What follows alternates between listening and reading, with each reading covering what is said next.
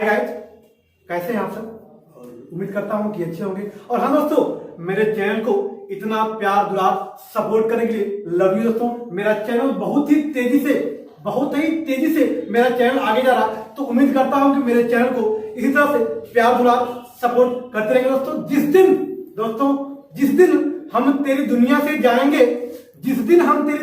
जाएंगे, इतना प्यार दुलार छोड़ जाएंगे कि जब भी याद करोगे इस पागल को तो तेरी हंसती हुई आंखों में आंसू छलक जाएंगे दोस्तों। तो जैसा कि आज मॉर्निंग में मैं कमेंट देख रहा था, तो एक बच्चे का कमेंट था कि सर आज हमें थोड़ा सा कंप्रेसर, कंडेंसर, फिल्टर, कैपिलरी और एवापोरेटर के प्रकारों के बारे में थोड़ा सा बता दीजिए। जैसा कि आज मैं वीडियो शूट करने वाला था वायरिंग के परिपथ से, फ्रिज के वायरिंग के परिपथ से आज मैं वीडियो शूट करने वाला था, लेकिन बच्चे की वजह से मुझे अपने टॉपिक को बदलना पड़ा है। तो आइए इन पार्टों के, मैकेनिकल पार्टों के प्रकारों के बारे में विस्तार पूर्वक डीपली में आपको बताता हूं दोस्तों। आइए सारे पार्टों के बारे में, एक एक पार्ट क्या करता है और कितने प्रकार के होते हैं, पूरी बारीकियों से आपको बताता हूं जी दोस्तों। तो जैसा कि मैकेनिकल का पहला पार्ट कंप्रेसर के बारे में हम आपको बताने जा रहा हूं दोस्तों। देखिए दोस्तों, कंप्रेसर एक ऐसा पार्ट होता है जो मैकेनिकल भी होता है और इलेक्ट्रिकल भी होता है। जैसा कि मैं पीछे की वीडियो पे बता चुका हूं कि कंप्रेसर मैकेनिकल भी होता है और इलेक्ट्रिकल भी होता है। अब आइए ये करता क्या है उसके बारे में बताता हूं दोस्तों। कंप्रेसर एक प्रकार का मोटर होता है जिसमें लाइट देकर इसको चलाते हैं, और जैसे इसमें लाइट देकर चलाएंगे तो ये अपना कार्य अर्थात कंप्रेसर फ्रिज में अपना क्या योगदान देता है दोस्तों। कंप्रेसर को जैसे हम चालू करेंगे, यह सक्शन लाइन से गैस को खींचता है। किस लाइन से? सक्शन लाइन से गैस को खींचता है और डिस्चार्ज लाइन से गैस को बाहर करता है। जो कंप्रेसर में तीसरी लाइन होती है, चार्जिंग लाइन, जिसके द्वारा कंप्रेसर में ऑयल चार्ज हुआ, गैस चार्ज किया जाता है दोस्तों। एक बार फिर से मैं कंफर्म कर रहा हूं दोस्तों, ये कंप्रेसर है, करता क्या है? जब इसको चालू करते हैं, ऑन करते हैं, तो यह कंप्रेसर सक्शन लाइन से गैस को खींचता है, डिस्चार्ज लाइन से गैस को बाहर करता है, और जो कंप्रेसर की तीसरी लाइन होती है, चार्जिंग लाइन, जिसके द्वारा कंप्रेसर में ऑयल चार्ज हुआ, गैस चार्ज किया जाता है दोस्तों। तो आइए अब इनके प्रकारों के बारे में बताता हूं कि कंप्रेसर मुख्य रूप से कितने प्रकार के होते हैं जी दोस्तों। तो जैसा कि अब आपको हम कंप्रेसर के बारे में बता चुका हूं दोस्तों, अब आगे आपको बता रहा हूं कि यह कंप्रेसर कितने प्रकार के होते हैं और उनका प्रयोग कहां-कहां किया जाता है दोस्तों। तो आइए इनके बारे में इनसे परिचय कराता हूं दोस्तों।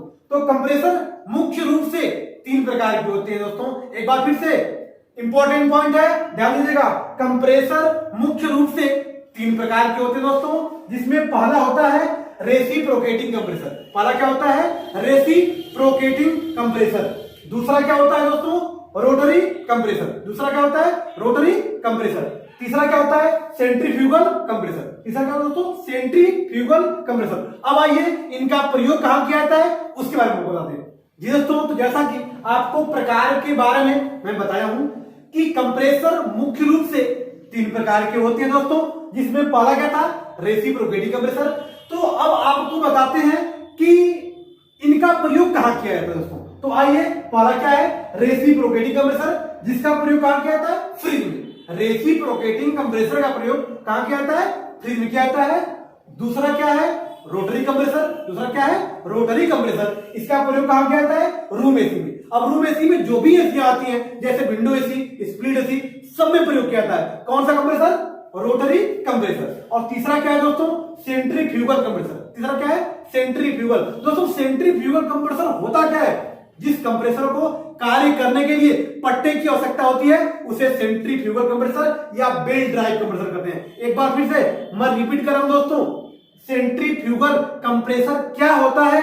जिस कंप्रेसर को कार्य करने के लिए पट्टे की आवश्यकता होती है, बेल्ट की आवश्यकता होती है, उसे सेंट्रीफ्यूगल कंप्रेसर कहा जाता है दोस्तों। इसका प्रयोग कहां किया जाता है?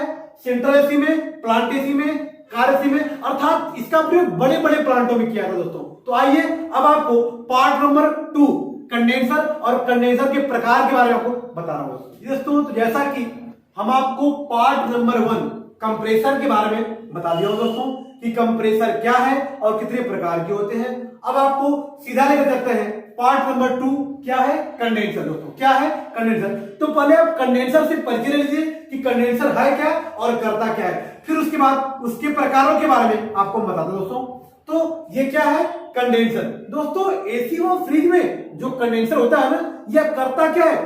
गैसों को घुमा घुमा कर ठंडा करके वेपर से द्रव में बदलने का कार्य करता है। एक बार फिर से मैं कंफर्म कर रहा हूं दोस्तों, एसी और फ्रिज का अर्थात दुनिया का कोई भी कंडेंसर हो, वह करता क्या है? गर्म गैसों को ठंडा करके वेपर से द्रव में बदलने का कार्य करता है दोस्तों। तो आइए, ये रहा हमारा कंडेंसर। अब इसके प्रकारों से परिचय करा रहा हूं जी दोस्तों। तो जैसा कि आपको हमने कंडेंसर के बारे में बता दिया दोस्तों कि कंडेंसर क्या होता है, तो कंडेंसर भी एक मैकेनिकल पार्ट होता है जो गैसों को वेपर से द्रव में बदलने कार्य करता है दोस्तों। तो अब आइए इनके प्रकारों से हम परिचय करा रहा हूं दोस्तों। तो कंडेंसर भी मुख्य रूप से 3 प्रकार के होते हैं। एक बार फिर से मैं कंफर्म कर रहा हूं दोस्तों, कंडेंसर जो होता है यह मुख्य रूप से 3 प्रकार का होता है, जिसमें नंबर 1 मतलब पहला एयर कूल्ड कंडेंसर। पहला क्या होता है? Air cooled condenser. दूसरा क्या होता है? Water cooled condenser. और तीसरा होता है इवापोरेटिव कंडेंसर। एक बार फिर से मैं कंफर्म कर रहा हूं दोस्तों, पहला है एयर कूल्ड कंडेंसर, दूसरा है वाटर कूल्ड कंडेंसर दोस्तों, तीसरा है इवापोरेटिव कंडेंसर दोस्तों। अब आइए ये क्या क्या कार्य करते हैं उसके बारे में आपको बताते हैं, और कैसे कार्य करते हैं उसके भी बारे में बता रहा हूं आपको। तो आइए, पहला क्या है?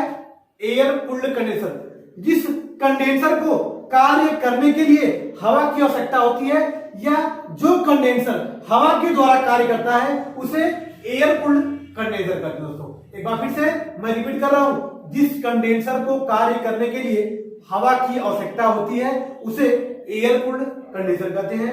दूसरा क्या है?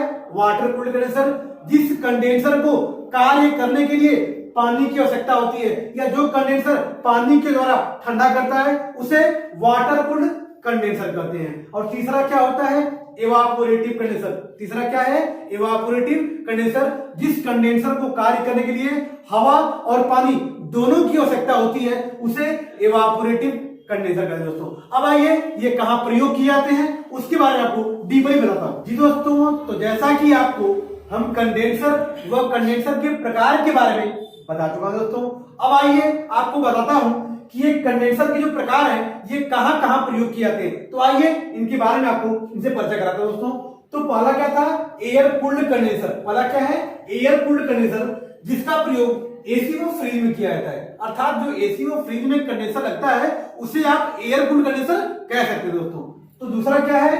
वाटर कूल्ड कंडेंसर, जो पानी से कार्य करता है। इसका प्रयोग कहां करते हैं? वाटर कूल्ड कंडेंसर का प्रयोग कहां किया जाता है दोस्तों?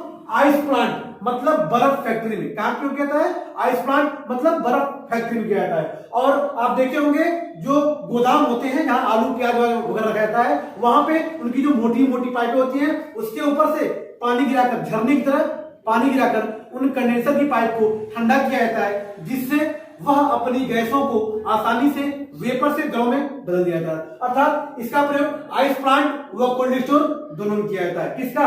वाटर कूल्ड कंडेंसर का प्रयोग। तीसरा क्या है? इवापोरेटिव कंडेंसर दोस्तों। तीसरा क्या है? Evaporative condenser. इसका प्रयोग सेंट्रल व प्लांट टिश्यू में किया जाता है दोस्तों। तो ये रहा हमारा कंडेंसर व इसका प्रकार जी दोस्तों। तो जैसा कि आपको मैकेनिकल पार्टों में कंप्रेसर और कंडेंसर के बारे में बता चुका हूं तथा उनके प्रकारों के बारे में बता दिया हूं आपको, अब आपको सीधा लेकर चलता हूं मैकेनिकल पार्ट का पार्ट नंबर 3, जो फिल्टर के बारे में बताएगा दोस्तों। ये आइए इसके बारे में बताता हूं कि फिल्टर क्या है, फिर उसके प्रकारों के बारे में आपको बताएंगे दोस्तों। तो ये फिल्टर दोस्तों, एसी और फ्रिज में जो फिल्टर लगा होता है, जो फिल्टर होता है, वह कंडेंसर से आए हुए कचरे को छानने का कार्य करता है, अर्थात हमारी गैसों को शुद्ध करने का कार्य करता है। एक बार फिर से मैं रिपीट कर रहा हूं दोस्तों, एसी और फ्रिज में जो फिल्टर लगा होता है, एसी फ्रिज में जो फिल्टर लगा होता है, हमारे कंडेंसर से आए हुए कचरे को छानने का कार्य करता है, अर्थात हमारी गैसों को शुद्ध करने का कार्य करता है दोस्तों। अब आइए आपको बताते हैं कि फिल्टर कितने प्रकार के होते हैं। तो आइए उनसे हम परिचय करा रहा हूं आपको जी दोस्तों। तो जैसा कि हम आपको फिल्टर के बारे में बता दिया दोस्तों, तो एक बार फिर से मैं फिल्टर को कंफर्म करना चाहता हूं दोस्तों। फिल्टर एसी और फ्रिज के कंडेंसर से आए हुए कचरे को छानने का कार्य करता है, अर्थात शुद्ध करने का कार्य करता है दोस्तों। तो अब इनके प्रकारों के बारे में आपको बताता हूं दोस्तों। तो फिल्टर जो होता है यह भी मुख्य रूप से 3 प्रकार का होता है। जो फिल्टर होता है यह मुख्य रूप से 3 प्रकार का होता है, जिसमें नंबर 1 होता है ड्रायल फिल्टर। क्या होता है? ड्रायल फिल्टर। इसका प्रयोग कहां किया जाता है? फ्रिज में। ड्रायल फिल्टर का प्रयोग कहां किया जाता है? फ्रिज में। दूसरा क्या होता है? Strainer filter. क्या होता है? Strainer filter. इसका प्रयोग कहां किया जाता है? एसी में। एसी मतलब रूम एसी में। अब रूम एसी में क्या क्या आएंगे? विंडो एसी आएगी और स्प्लिट आएगी, तो दोनों में प्रयोग किया जाएगा आपका। और तीसरा क्या होता है? Micro strainer. तीसरा क्या दोस्तों? Micro strainer filter. इसका प्रयोग कहां किया जाता है? वाटर कूलर में और डीप फ्रीजर में। वाटर कूलर मतलब जो पीने के पानी को ठंडा करने के लिए प्रयोग किया जाता है, और इसका प्रयोग आप लोग देखे होंगे अधिकांश स्टेशनों पे लगा होता है, मंदिरों में लगा होता है, मस्जिदों में लगा होता है, जिसमें टोटी लगी होती है, दबाते हैं टोटी, उसका ठंडा पानी गिरता है, उसे वाटर कूलर कहते हैं। डीप फ्रीजर क्या होता है? यह एक बड़े से बक्से की तरह मशीन होती है, जिसमें दुकानदार पूरा पेप्सी की पेटी ही रखता है, दूध रखते हैं, खोआ रखते हैं, अर्थात यह फ्रिज का बड़ा रूप होता है। जहां पे हम व्यापारिक रूप का इस्तेमाल करते हैं, वहां पे फ्रिज नहीं, वहां पे डीप फ्रीजर का इस्तेमाल किया जाता है। अर्थात जहां पे सेलिंग ठंडा की और दूध की और उसे खोए की सेलिंग ज्यादा होती है, वहां पे डीप फ्रीजर का प्रयोग किया जाता है। तो डीप फ्रीजर में कौन सा फिल्टर लगता है? माइक्रो स्टेनर फिल्टर दोस्तों। तो ये रहा हमारा फिल्टर। अब आइए आपको आगे के टॉपिक बताता हूं जी दोस्तों। तो जैसा कि इसके आगे की टॉपिक जो हमारी कैपिलरी है, क्या है? Capillary tube. लेकिन दोस्तों कैपिलरी का कोई प्रकार नहीं होता, क्योंकि वो मोटी पतली होती है। तो जिसकी आवश्यकता होती है, जिस साइज की आवश्यकता होती है, वहां पे हम प्रयोग करते हैं। तो जैसा कि मैंने आपको फ्रिज में बताया था कि 0.22 mm की प्रयोग की जाती है कैपिलरी। फ्रिज में 0.22 या 0.23 mm की कैपिलरी प्रयोग किया जाती है दोस्तों, जिसकी लंबाई 8 से 12 फीट होती है। और एसी में थोड़ा सा मोटी लगती है, डीप फ्रीजर में भी थोड़ी सी मोटी लगती है। तो इस प्रकार से कैपिलरी का कोई प्रकार नहीं होता है, क्योंकि वो तो पाइप है, वो मोटी पतली हो सकती है। तो आपको सीधे लेकर चलता हूं, आगे की टॉपिक एवापोरेटर है, तो आइए उससे आपको परिचय कराना जी दोस्तों। तो जैसा कि आपको हम कंप्रेसर का प्रकार, कंडेंसर का प्रकार और फिल्टर का प्रकार, तीनों का प्रकार आपको बता चुका हूं दोस्तों। अगला प्रकार जो आपका बैठता है कैपिलरी ट्यूब का। किसका बैठता है? कैपिलरी ट्यूब का। तो कैपिलरी ट्यूब का कोई प्रकार नहीं था, जैसा कि मैं बताऊंगा आपको।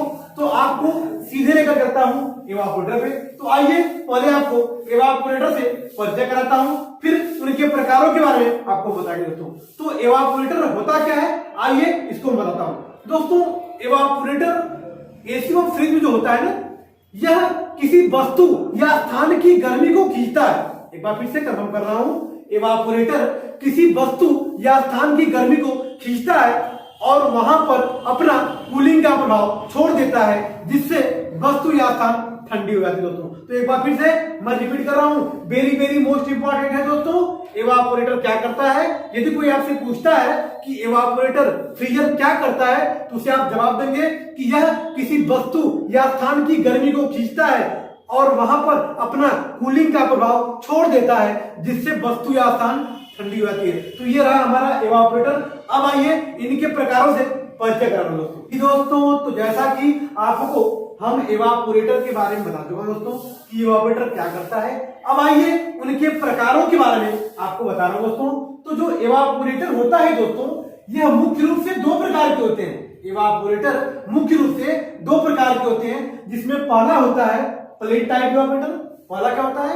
Plate type evaporator. और दूसरा होता है ड्राई एक्सपेंशन टाइप एवापोरेटर। अब ये कहां प्रयोग किए जाते हैं उसके बारे में आपको बता रहा हूं। तो जो पहला होता है प्लेट टाइप एवापोरेटर, इसका प्रयोग आइस प्लांट में किया जाता है। कहां किया जाता है? आइस प्लांट में। और दूसरा जो होता है ड्राई एक्सपेंशन टाइप एवापोरेटर, इसका प्रयोग एसी और फ्रिज में किया जाता है। क्यों? क्योंकि इसके अंतर्गत और भी कुछ एवापोरेटर होते हैं जो प्रयोग किए जाते हैं, तो उनका प्रयोग एसी व फ्रिज में किया जाता है दोस्तों। तो ये रहा हमारा एवापोरेटर का कार्य व इसका परिचय दोस्तों। हाँ दोस्तों, उम्मीद करता हूं कि मेरी वीडियो आप सभी को अच्छी लगी होगी। दोस्तों इसी प्रकार से मेरे चैनल को प्यार, दुलार और सपोर्ट करते रहेगा दोस्तों। फिर मिलते हैं नेक्स्ट वीडियो के साथ, तब तक के लिए बाय बाय दोस्तों।